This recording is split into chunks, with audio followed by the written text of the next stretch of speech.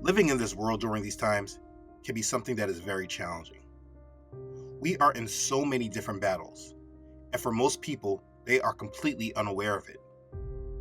Now, above all other battles that we face, we are in a spiritual battle where the enemy is a complete rebellion against our Creator, and he seeks to draw the rest of the world towards his same fate.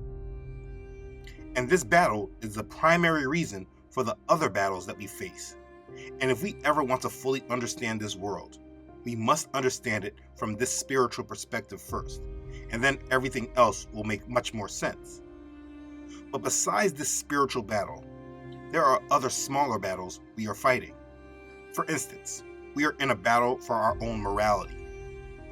In this battle, every day our morals and our values are being tested.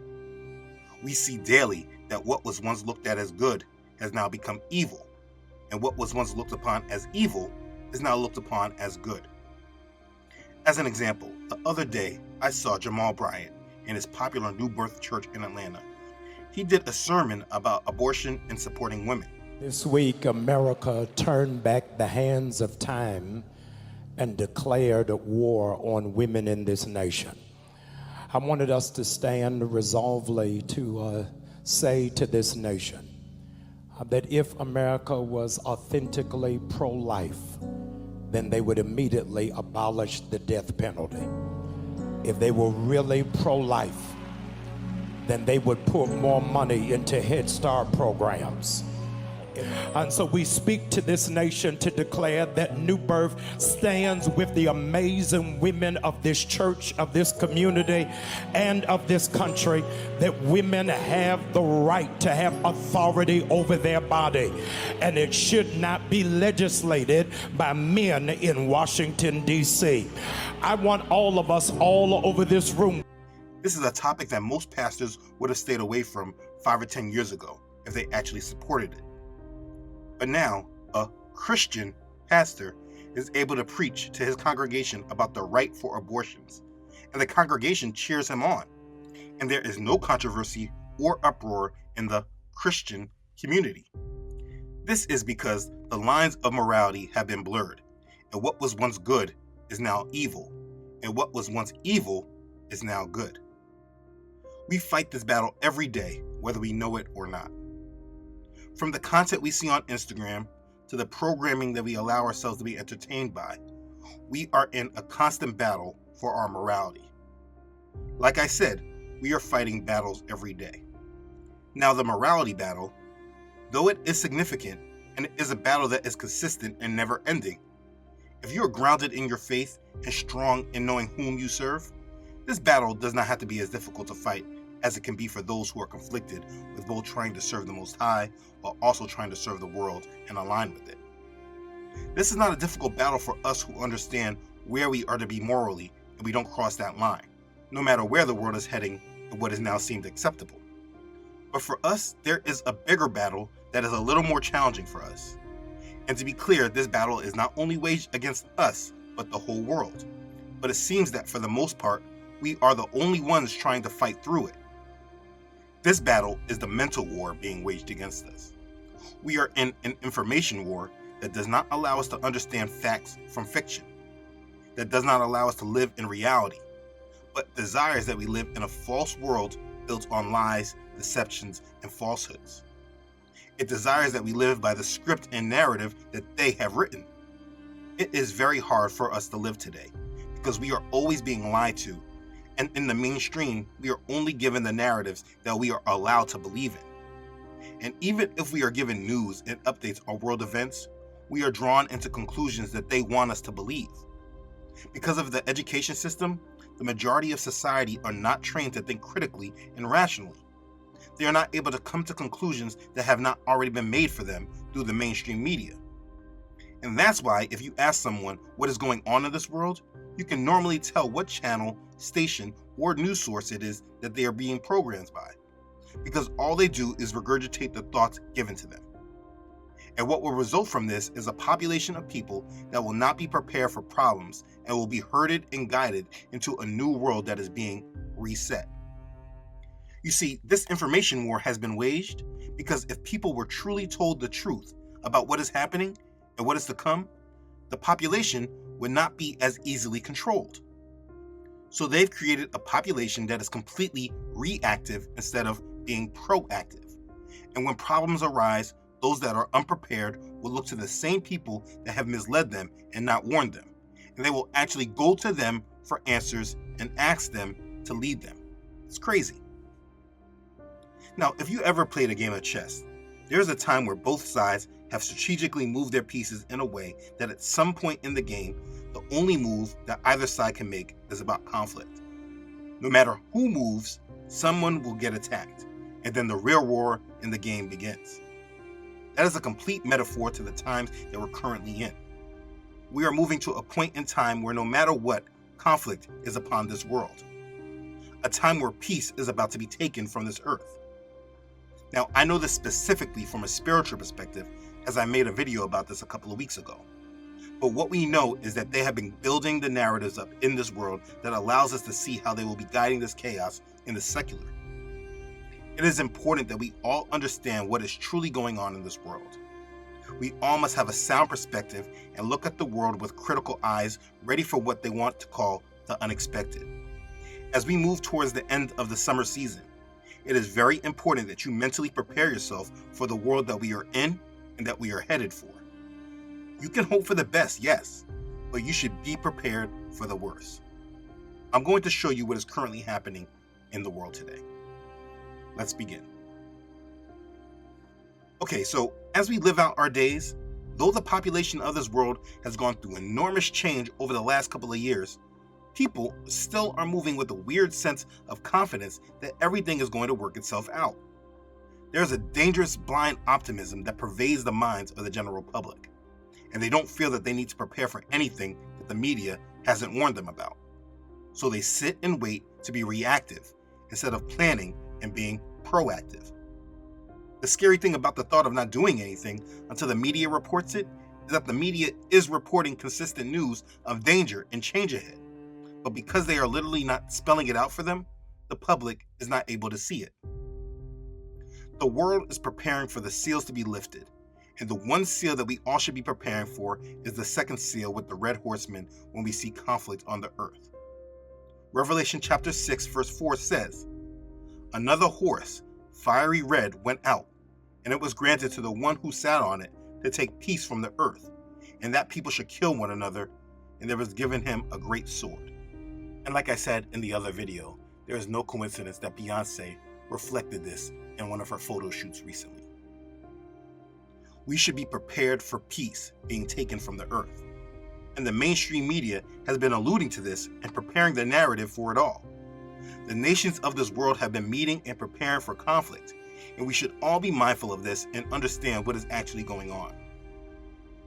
We unfortunately tend to be so led by the media that if they are not raising alarm bells and telling us to focus on something, then once certain events leave the normal news cycle, things can become forgotten.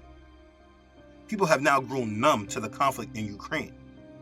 And because it is so far removed from them, it is something that they feel they don't need to focus on. But this war in Ukraine has simply been a setup for the changes in the world order that is to come, and they are planning for the real war. We all must remember that since this war has started, the West has tried to completely block off sources from Russia, so all we ever hear is the narrative that they desire us to hear. And while we see that the US continues to send Ukraine weapons, the media is still developing their narrative for the real reasons the war is to come. I'll let you know that we have information today, including from downgraded intelligence, that we're able to share with you about how Russia is laying the groundwork to annex Ukrainian territory that it controls in direct violation of Ukraine's sovereignty. We're seeing ample evidence in the intelligence and in the public domain that Russia intends to try to annex additional Ukrainian territory. Russia is beginning to roll out a version of what you could call an annexation playbook, very similar to the one we saw in 2014. Already, Russia is installing illegitimate proxy officials in the areas of Ukraine that are under its control. And we know their next moves is reviewing detailed plans to purportedly annex a number of regions in Ukraine, including Kherson, Zaporizhia, all of Donetsk and Luhansk oblasts. Russia is attempting to set the conditions on the ground by seeking to establish branches of Russian banks to establish the ruble as the default currency in these areas and to sabotage civilian internet access. So what next? If Russia nevertheless proceeds with their annexation plans, we're going to respond swiftly and severely and in lockstep with our allies and partners. Ukraine and new U.S. intelligence warning Russia is laying the groundwork to permanently keep the territory it recently grabbed in Ukraine by annexing it. Richard Engel joins me. Richard, there could be major consequences if Russia follows through with that kind of a plan. This is not just a symbolic step. When other countries, the United States, invaded Iraq, it was not to take Iraq forever and make it part of the United States. This is what Russia is doing. It is fighting a war of occupation and annexation. So by taking this territory, annexing it, making it part of Russia, Russia will say then that any attack on the territory that it controls inside Ukrainian territory is like an attack on Moscow. So it is putting down another gauntlet, so to speak, to the U.S. to supply weapons to Ukraine, saying, if those weapons that the United States is giving to Ukraine right now hit territory inside Ukraine, from Russia's perspective, it will be like it is attacking Moscow, it is attacking the center of the country. So it is a big escalatory step. And it comes... Do you see it? We have become so numb to what is going on over there that we tend to forget that the United States, the UK, and Europe are actively engaging in wartime behavior and narratives. Because the news is so filtered and controlled, you might not know and understand that Russia is stating that war is what they feel the West wants. Russian Foreign Minister Sergei Lavrov said, US and UK want real war between Russia and EU. Our American counterparts, British counterparts, with active support from Germans, the Polish, and the Baltic states, they really want to turn this war into a real war and start a confrontation between Russia and Europe. He added that the US has been acting irresponsibly by stoking tensions with Russia. You see, it seems that the general public will not prepare for what all this means for the world until the full repercussions are seen, and by that time it will be too late. But what has been going on right in front of us are all wartime preparations. The United States is preparing for war with 3 different enemies: Russia, Iran, and China. Last week, we saw Joe Biden take a trip to the Middle East. While the media continues to distract and focus on the most ignorant points like Biden giving a fist bump, what Biden said on his trip to Israel should be heard. This most recent trip to the Middle East, while they make claims that Biden was trying to bring gas prices down, they were actually getting their alliances ready for war. They are preparing for conflict with Iran.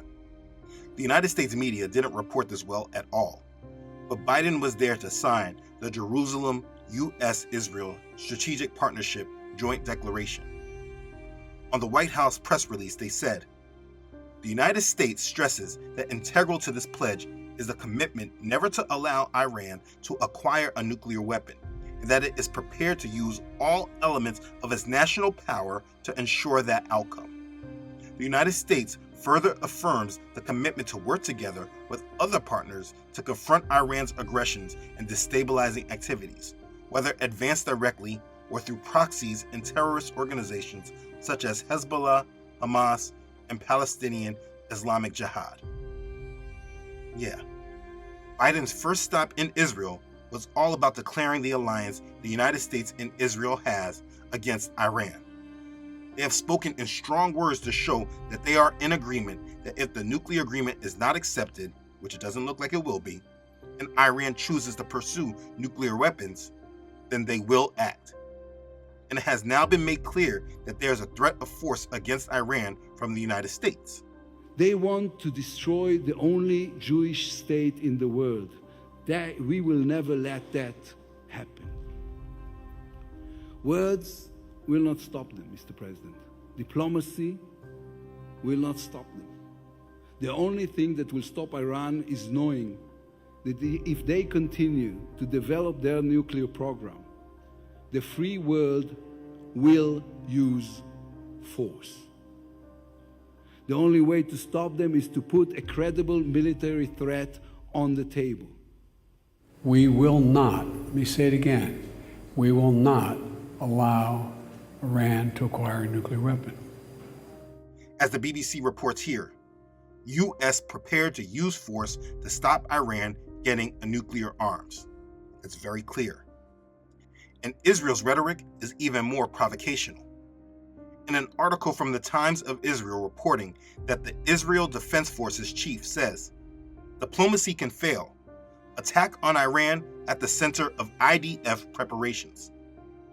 Army Chief Aviv Koavi on Sunday said it was Israel's moral obligation to prepare a military response against Iran's nuclear program. Hours after a senior Iranian official said his country has the ability to produce a weapon. He said, the IDF continues to prepare vigorously for an attack on Iran and must prepare for every development in every scenario. And preparing a military option against the Iranian nuclear program is a moral obligation and a national security order, adding that such preparation is at the center of the IDF's preparations and includes a variety of operational plans, the allocation of many resources, the acquisition of appropriate weapons, intelligence, and training. You see, they are prepping for war and are outright vocal about it. They're not hiding it. They're saying they're preparing for conflict. And then when Biden was in Saudi Arabia in a summit of Gulf leaders speaking on cooperation in the Middle East, Biden pledged that the United States will not walk away from the Middle East. We will not walk away and leave a vacuum to be filled by China, Russia, or Iran. We call upon Iran as a neighboring country with whom we share religious and cultural ties to cooperate with the countries of the region in order to be part of this vision by adhering to international law, not interfering in the internal affairs of other countries, and cooperating with the International Atomic Energy Agency and fulfilling its obligations in this regard. You see?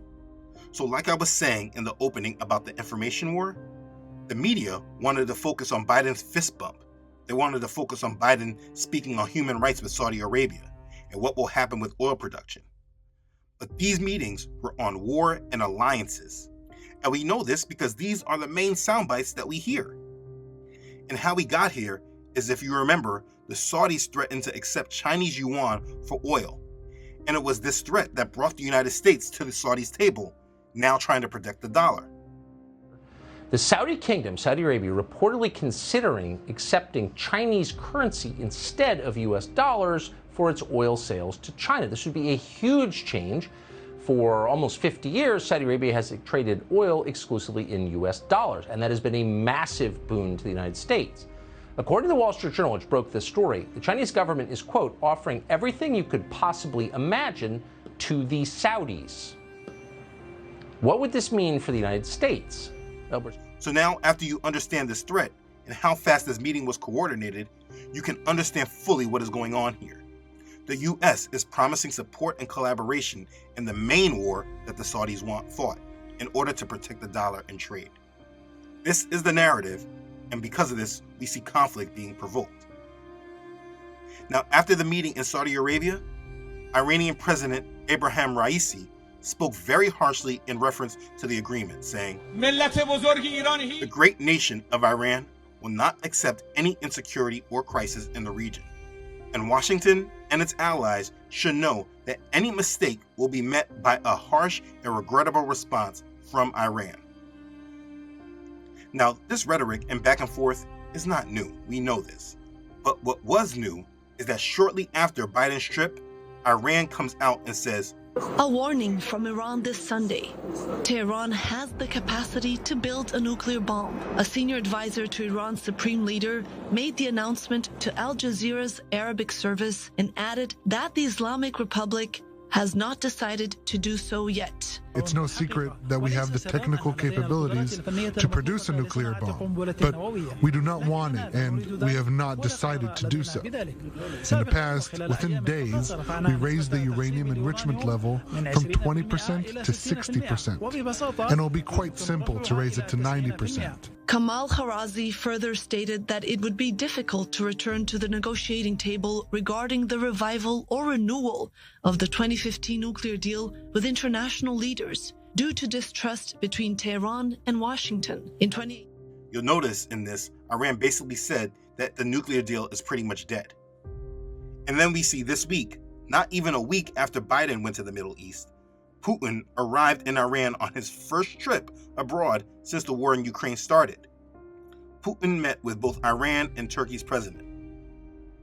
And the Western media is reporting that Iran is planning to assist Russia in the war on Ukraine with providing drones, saying that Iran supports the Ukraine invasion. Turn to major developments in the war in Ukraine. Late today, the White House now warning it believes Iran is now getting ready to help Russia. Tonight, the White House says it believes Iran is ready to provide hundreds of unmanned aerial vehicles, including armed drones, to Russia and give their fighters training to use them in the war in Ukraine. Our information indicates that the Iranian government is preparing to provide Russia with up to several hundred UAVs, including weapons-capable UAVs, on an expedited timeline. White House officials say it's not clear if Iran has delivered any of these drones to Russia yet, but says the training could begin before the end of this month. The alliances of this coming war are clearly being shown. If you have understood the military doctrine of the United States, we know this conflict is inevitable. Just looking at a map clearly shows us this. The last two wars that the United States engaged in was where? That's right, Iraq and Afghanistan. All we need to do is look on a map to understand the one strategic reason for those wars. Where's Iran? Iran is sandwiched right between those two nations. And in reference to Saudi Arabia aligning itself against Iran is not new either. Regardless of what mainstream media reports, this is all about the Sunni versus Shia conflict. The leadership of Saudi Arabia are Sunnis, and Iran are Shias. They are all Muslims, but the main conflict is about leadership. Who leads the Muslims? You see, in order for the Antichrist to rise and a one-world religion declared, they must defeat the ideology of the Shia Muslims and allow them to accept the leadership that will rise in the coming New World Order. So as we understand more about this conflict, we understand the inevitability of war in the Middle East before the false peace comes. Now here's the thing. This is just part of the conflict being provoked. With all of this conflict being provoked, we know war with Russia and Europe will be bad. War in the Middle East will bring massive bloodshed. But the real problem lays with China versus the United States. This is the main conflict that we should all be preparing for. The rhetoric has recently increased between the United States and China. If you pay attention to Western news, they now oftentimes refer to China as an adversary. They have clearly changed the mental conditioning on China. Your assessment of the Chinese Communist Party and its efforts? Well, China's our biggest enemy by far, and second would be a distant second. Summit in Madrid, where the alliance is outlining a new, stronger vision for the future, it says. The leaders at the summit yesterday declared Russia the most significant and direct threat to their country's peace and security.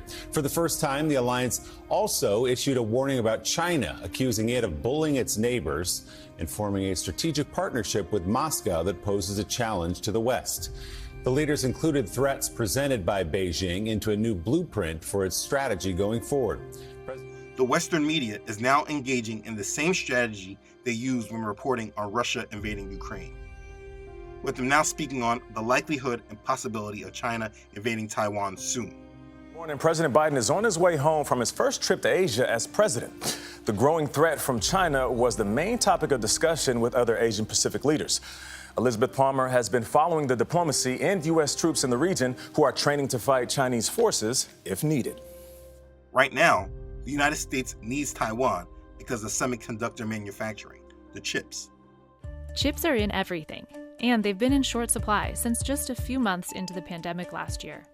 That's why it's been hard to buy everything from cars to PS5s. Turns out one company makes 24% of all the world's chips and more than 90% of the most advanced ones, the smallest, fastest chips used in today's iPhones, supercomputers, and automotive AI. Taiwan Semiconductor Manufacturing Company, or TSMC, is not a household name, but it's quietly making chips for every new iPhone, US fighter jets, the highest-end processors, you name it. And now it's investing $100 billion over 3 years to ramp up production amid the shortage. But the world's massive reliance on TSMC may also leave the global chip supply vulnerable to earthquakes, drought, and geopolitical tensions with China. Taiwan makes all of our chips, which is why U.S. lawmakers are right now working on legislation called the CHIPS Act, which would bring chips manufacturing back to America. The bottom line is that we must come up with a package that is capable of passing this chamber without delay. We must act as soon as we can to make sure we bring chip manufacturing back to America because our nation's security depends on it. But in reality, this would just add to the world's inflation problems because manufacturing in America is an expensive proposition. China taking control over Taiwan means taking control over U.S. technology production. You see, this conflict is very complex. Do not be swayed. The United States is not simply about helping Taiwan's independence because they are protecting liberty. It is much deeper than that. Beijing taking steps to increase its military pressure on Taiwan, carrying out now regular amphibious assault exercises and military and spy flights over the nation. I mean, there's so many different factors right now that could potentially lead to a Chinese invasion of Taiwan. I think for older generations, they may remember a Taiwan that produced cheap toys. That, however, has really shifted. Certainly on the semiconductor front, we've, over the years, developed a greater dependency on Taiwan. We don't have much choice in the matter. The world sort of allowed Taiwan to become the top manufacturer of advanced chips. Silicon Valley was created. We created the semiconductor industry here in America. And over the past few decades, we've just allowed ourselves to fall behind. If something happens in Taiwan, we are in trouble. Tensions in China have risen tremendously. Now, it was supposed to be a meeting to find a way amid rising hostilities. But Beijing boasted of its belligerence over Taiwan. In its first face-to-face talks between Washington and Beijing, the Chinese defense minister warned his American counterpart that it won't hesitate to start a war. Now let's take a look at what has been transpiring. On May 23rd, Biden vows to defend Taiwan if China invades. Today, with just one word, President Biden injected new unpredictability in the tense relationship with China. A warning, Beijing must not invade Taiwan. The president was asked if he would intervene militarily. Yes, that's the commitment we made. A week later, a U.S. congressional delegation made a surprise visit to Taiwan. That next day, China sends 30 warplanes into Taiwan air defense zone. China has upped its military threat amid the U.S. visit. Beijing made its second largest incursion into Taiwan's air defense zone this year, with Taipei citing more than 30 Chinese vets. The island says that it scrambled its aircraft and deployed air defense missile systems to monitor the latest Chinese activity. The U.S. Senator's visit to Taipei comes amid reports that the two sides are planning to announce negotiations to deepen economic ties. President Tsai says the United States is planning on cooperation between its National Guard and the island's military. Okay, and then a month passes with rhetoric, and then the United States continues. Again, our Western media did not really cover this, but this month, Florida Republican Senator Rick Scott recently visited Taiwan on July 8th. You can't really see that this is covered on mainstream media, but on Senator Rick Scott's website, he does speak on it. And then after that, the next day, China sent fighter jets over Taiwan. They are responding in kind. The pattern has now been the U.S. provokes and China responds with a military provocation. We also see this last week when the United States sent warships in the South China Sea, and then we see China pushing them out. It's just more provocation. So now we're in this week, and the provocations have escalated with the United States saying they are sending Nancy Pelosi, Speaker of the House, to Taiwan. With a warning for the United States, if the House Speaker Nancy Pelosi travels to Taiwan next month, they'll take strong measures. In a statement today, a spokesman for China's foreign ministry said the trip would severely undermine China's sovereignty and territorial integrity, gravely impact the foundation of China-U.S. relations, and send a seriously wrong signal to Taiwan independence forces. He added, if the U.S. were to insist on going down the wrong path, China will take resolute and strong measures to safeguard its sovereignty and territorial integrity. According to the Financial Times, Speaker Pelosi is planning to lead a delegation to Taiwan in August. The timing of the trip is particularly sensitive for China, Next month is also when China marks the anniversary of the founding of the People's Liberation Army. Sources tell the Financial Times there were divisions in the Biden administration over whether Speaker Pelosi should take the trip. If she does, she'll become the highest-ranking American lawmaker to visit Taiwan since her predecessor Newt Gingrich traveled there a quarter century ago. Now, if you remember, they planned this visit from Pelosi in April, but China spoke heavily against it at that point, and then they reported that Pelosi contracted COVID-19. Yeah. But now, they're back at it. As I just displayed, China is consistently showing that they are ready to respond, and the United States is continuously provoking. This visit by Pelosi is set to happen next month in August. And while all this rhetoric keeps escalating, this is what is happening in Taiwan. You see, any war with China would be a major disruption to the whole world. But the world is not moving away from these provocations, but it's increasingly increasing the probability of conflict. We have provocations of war in 3 major regions: Europe, the Middle East, and the Indo-Pacific. And it's all being fueled and provoked by the United States. This should not be ignored, but you may notice that our mainstream media outlets are not covering all of this. So while provocations are escalating and alliances are forming, the media still has us focusing on January 6th and Trump and Elon Musk. I mean, it's ridiculous. The fact is, though, that they do know something is happening, because last week, New York City all of a sudden comes out with a nuclear radiation PSA. So there's been a nuclear attack. Don't ask me how or why, just know that the big one has hit, okay? So what do we do? Yeah, okay. Not to mention that it has been shown that in Menlo Park Mall in Edison, New Jersey, they have this sign about radiation emergencies. This world is preparing for war, and we all must not ignore this. War between the United States and China will come, and that by consequence means a catastrophe for the world. Peace is not being created here.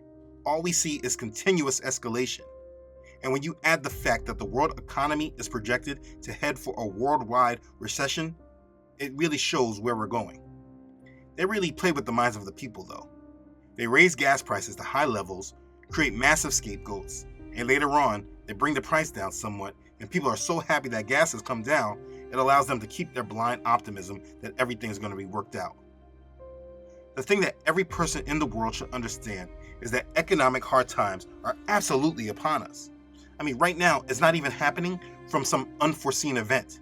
They are literally telling us they are doing it. Let's start in the United States. A big update to their whole scheme is coming next week. We all need to be paying attention, watching and waiting and seeing what comes from this Fed meeting.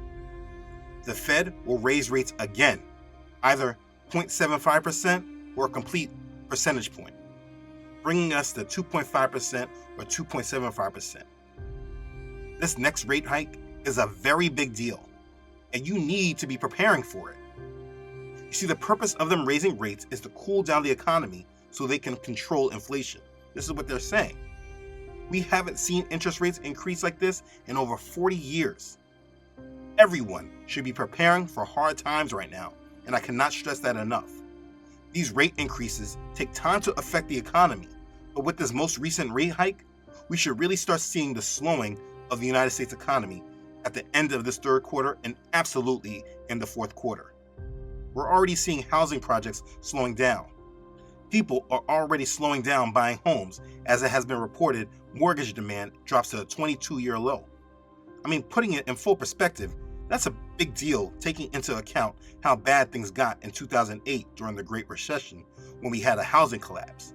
For mortgage demand to be at a 22-year low already is saying a lot. Companies are already starting to slow down hiring and layoffs are starting. There's been an uptick in tech company layoffs in recent months. And hiring has slowed amid economic downturn predictions. If you are not prepared for an economic whirlwind, you are not paying attention. I'm sorry to say this, everyone, but job security is not strong for everyone right now, and you should have a plan of what happens if you were to lose your job. These are things that happen when a recession is coming, and they're not hiding that a recession is coming. They're just not telling you how to prepare for it. The major banks are now reporting that they are seeing the potential for a recession in the near future. Jamie Dimon, CEO of JP Morgan Chase, last week said, economic risk nearer than before in new warning. Also last week, the leading measure of inflation flashed another new warning sign on Wednesday. The U.S. 10-year note yield slipped as much as 0.21% lower than the yield on the 2-year. That's the largest negative spread between the two securities since 2000. The yield curve with U.S. bonds inverted again, and this is a major sign of recession. This article from CNBC says, the bond market is flashing a warning that the economy may be falling or already has fallen into recession, according to one closely watched measure. In the past several weeks, the market has become more spooked by the potential for a recession. Economic data has weakened, and Federal Reserve Chairman Jerome Powell has indicated the central bank would be steadfast in its fight with inflation. Investors have become more concerned the Fed will raise interest rates so much that it slows the economy to the point where it tips into recession. And this is what we are all dealing with as we see the Fed continuing to raise rates. We are being bled very slowly, but most people don't really understand what's going on because they're relying on the media to tell them. Look at this article from Forbes. U.S. will fall into recession this year as worrisome forces grow, Bank of America warns. It says, Bank of America economists became the latest experts predicting the U.S. will fall into recession over the next year, telling clients a number of forces have pushed the economy to slow more rapidly than they previously expected, as the latest inflation data shows surging prices fueling the concerns are only getting worse.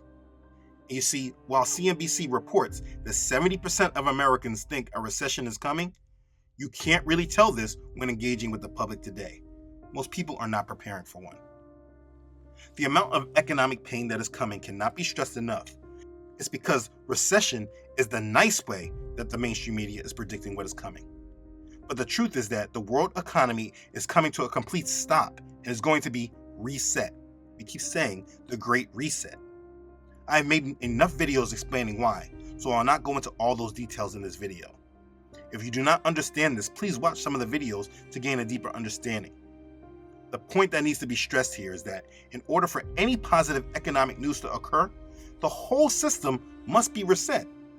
The debt is unmanageable, and as they keep increasing rates, it's just going to pop bubbles. The more they keep increasing rates, the more it costs the United States to pay its debt. They say it costs like $900 million per day to cover the United States debt. And as they keep increasing rates, it just costs the United States more to service that debt. Recessions end when growth in the economy resumes again.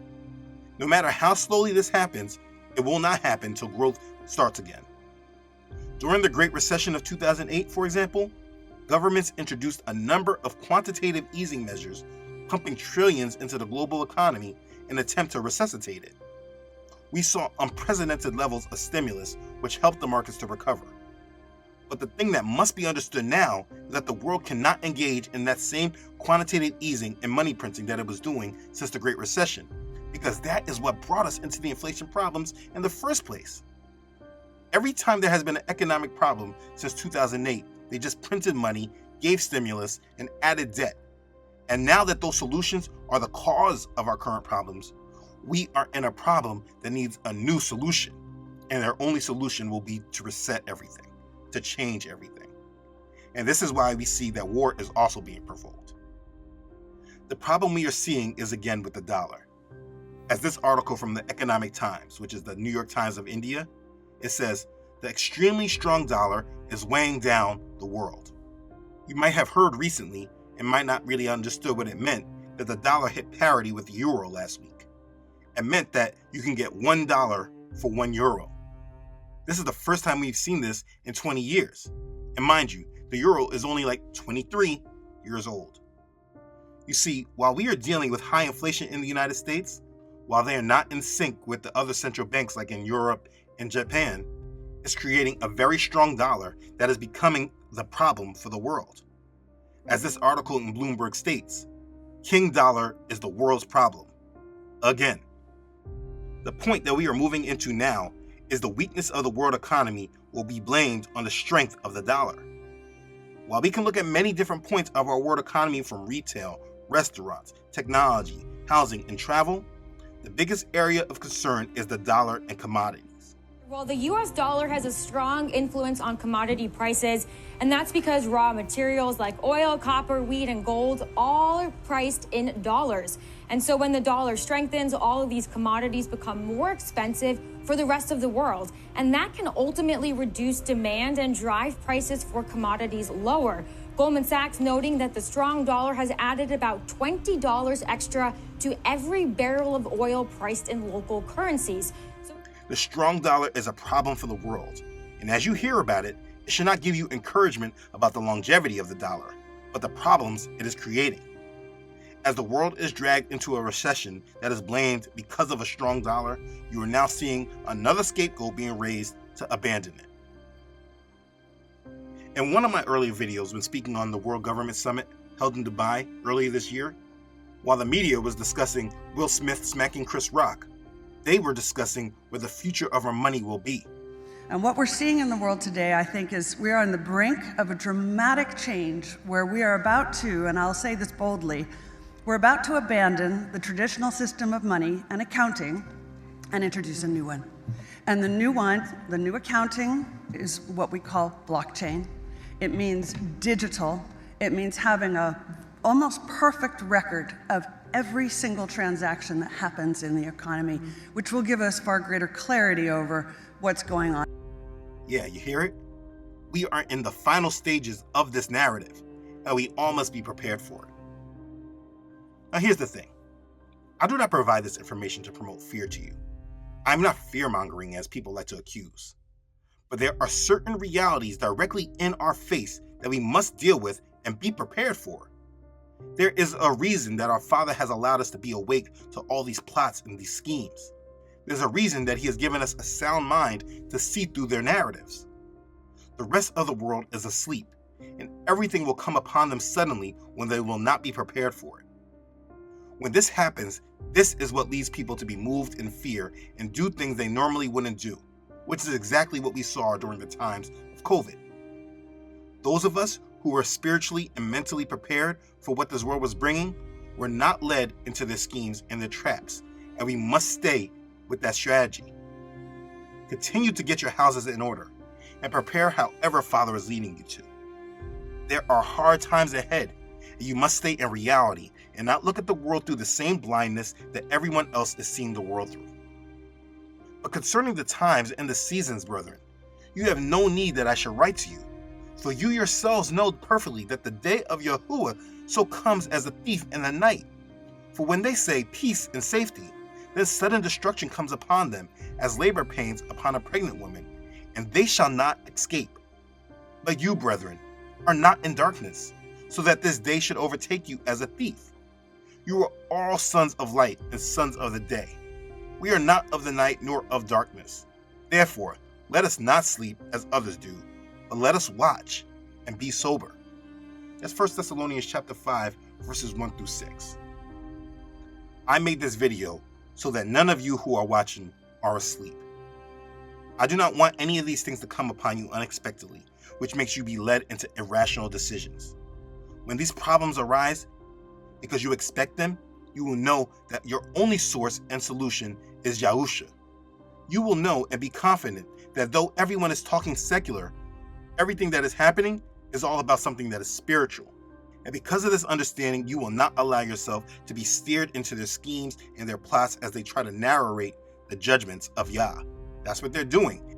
They are narrating the judgments of Yah so they can keep control of the world.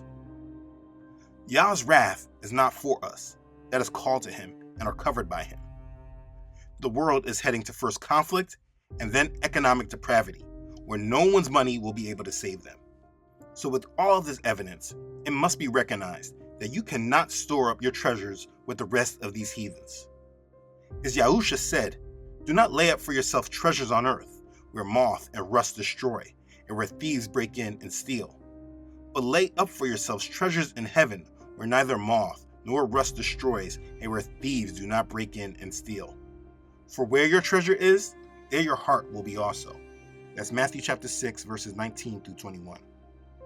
Listen, do not be scared for what is coming to this world.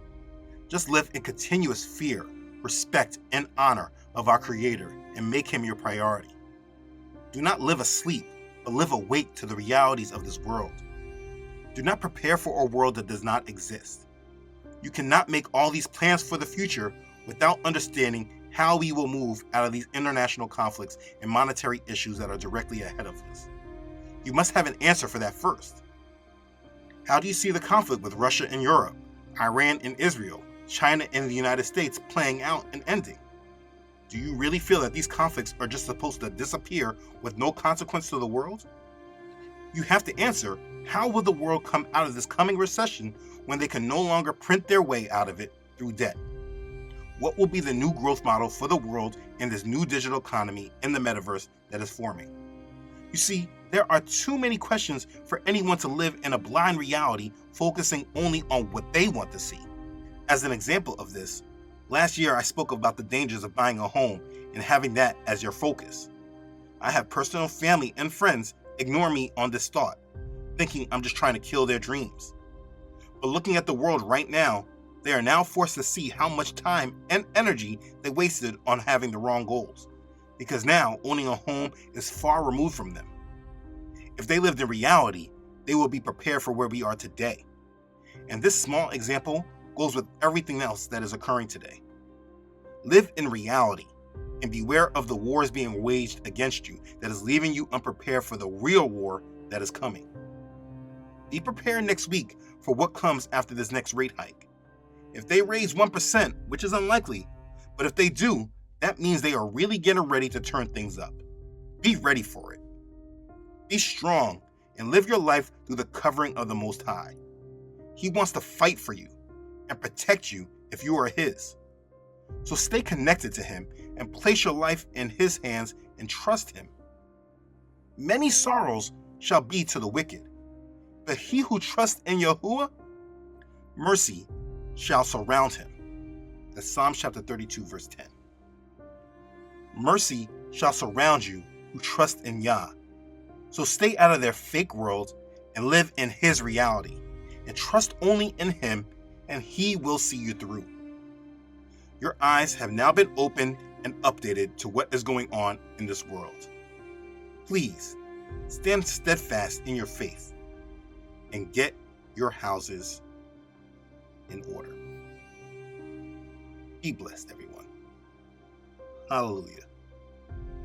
Praise Yah. Okay, thanks again for watching. If this has blessed you, please make sure to like it and please share this with others. If you haven't done so already, please make sure to subscribe to this channel. Elohim willing, I upload every Friday. Also, please don't forget to subscribe to this channel on Facebook and Instagram, as well as on my website, truthunedited.com. As always, I'd like to thank all who donate and contribute to this ministry. Please know that your donations are truly a blessing to this ministry.